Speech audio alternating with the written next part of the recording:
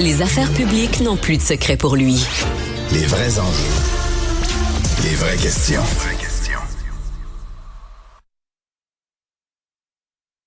Depuis l'installation du tout premier sur les terrains de McGill, on en retrouve un à Sherbrooke, un autre à l'UQAM, et les manifestants ne se gênent pas. On se prépare clairement un long siège. Il y a enquête, notamment, vous voyez le tableau, pour vol de matériaux de construction. Ils se servent allègrement de l'électricité aussi des bâtiments d'université. Se sont fait aussi, on a vu le visuel un peu plus tôt, le livret des toilettes chimiques.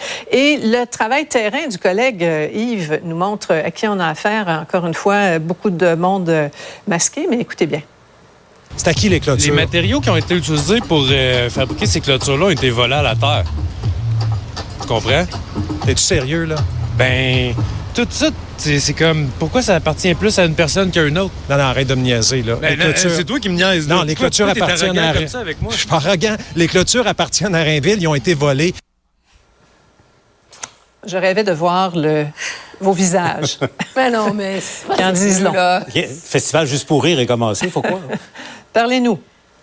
Ben, c'est la bête. Je veux dire, je peux pas les prendre au sérieux, là. Ça, c'est trop pour moi, là. Manifestez pour les enfants de Gaza. Faites des manifs dans les rues, des banderoles, ce que vous voulez pour la crise humanitaire, la guerre, n'importe quoi. Mais là, on est rendu à voler des clôtures pour faire un siège à l'UQAM, pour voler de l'électricité, puis se faire un genre de mini-État de non-droit, où non seulement ça, on n'est même pas capable d'articuler ses revendications. Ils nous demandent de les prendre au sérieux. Puis pire que ça, ils font assez peur aux autorités policières et aux autorités en général que tout le monde a peur d'eux puis qu'on les laisse là parce qu'il faudrait surtout pas y toucher. S'il vous plaît, là. Ouais. Comment tu disais ça plus tôt, Paul? Est-ce qu'on manque de castagnettes? C'était ton expression. Elles appartiennent à la terre. Je pense que c'est une des bonnes de l'année. C'est en direct à l'émission de Mario à LCN ce matin. C'est du grand Yves Poirier, il faut dire. Mais bon, les clôtures appartiennent à la terre. Alors qu'ils les rendent, justement, ça leur appartient pas, qu'ils les rendent à la terre. La situation est délicate, surtout à l'UQAM. Le non-sens, c'est qu'à l'UQAM, il n'y a pas d'investissement en Israël. Il n'y en a pas non plus d'une compagnie d'armement et tout ça. Qu'est-ce qu'ils font là, sinon qu'un mouvement? Je soupçonne qu'il n'y a pas beaucoup d'étudiants de l'UQAM qui sont sur place. Et c'est clair que les autorités policières sont sur les dents. On va attendre de voir ce que les tribunaux vont décider, là, parce qu'il n'y a toujours pas de décision sur la demande d'injonction à McGill. Mais dans la longue liste des bouffonneries de cette affaire-là, faut quand même dire, tu sais, il était quoi, 12, 15, 20... dans beaucoup de familles, des gens qui nous regardent, ceux qui ont des grosses familles, ils sont plus nombreux que ça à Noël, là. Fait que s'ils se mettent chaudette un peu, là, puis ils se mettent à dire, nous autres, on exige que le gouvernement change telle loi ou ferme ses bureaux, ou, je veux dire, est-ce que tous les groupuscules, tu sais, on va voler les clôtures du voisin, puis on va faire une demande au gouvernement? Tu sais, c'est quoi cette affaire-là? Est-ce que tous les petits... Oui. Ah oui, c'est ça. Tous les petits groupuscules, à un moment donné, disent, on donne des ordres. C'est des choses, ce qu'ils demandent, c'est des choses que l'UQAM contrôle même pas. Le pauvre recteur de l'UQAM, il dit, ouais, mais il me demande que le ministère des Affaires internationales change ses bureaux. Le recteur de l'UQAM, je peux pas leur donner ça. C'est pas moi qui contrôle ça. Ouais. On pense à d'autres mouvements d'occupation, là, parce qu'il s'agit d'occupation, d'autres revendications là, qui sont inscrites dans le temps, il y a longtemps, là, Occupy Wall Street, vous vous rappelez. Comment ça peut évoluer? Comment ça peut se conclure, tout ça? Là?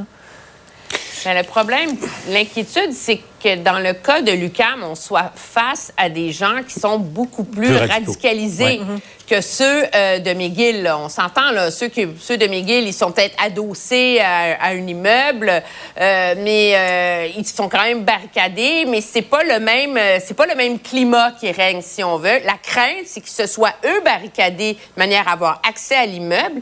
Et non seulement ça, est-ce qu'il y a des armes, est-ce qu'il n'y a pas d'armes, est-ce qu'il y a on sait qu'il y a des chiens, là, mais je pense que c'est ça qui est très inquiétant, là, ceci étant dit. Comme le soulignait la collègue Yasmine, on a hâte à l'installation d'un campement pour la Sainte Paix en général.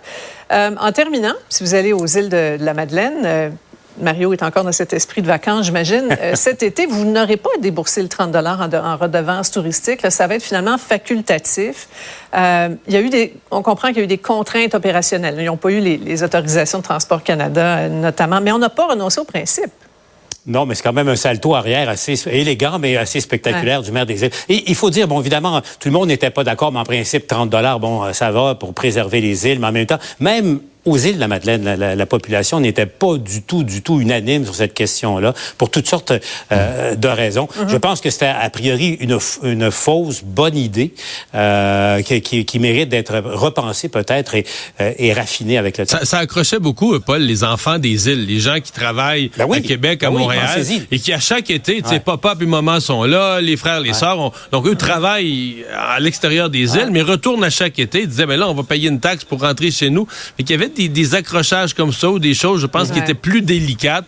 Alors moi, je suis pas vraiment surpris à ce moment-ci là, qu'on décide de mettre la pédale douce, de se donner un an. Il reste à voir combien va payer la taxe volontaire. Oui, effectivement. Et ça va donner peut-être des idées à d'autres. Mais enfin, comme on disait, merci à vous trois. Il faut bien que ça vienne des îles de la Madeleine pour faire tant de vagues pour 30 $. Cher Paul. À demain. Allez, Au revoir. Au revoir.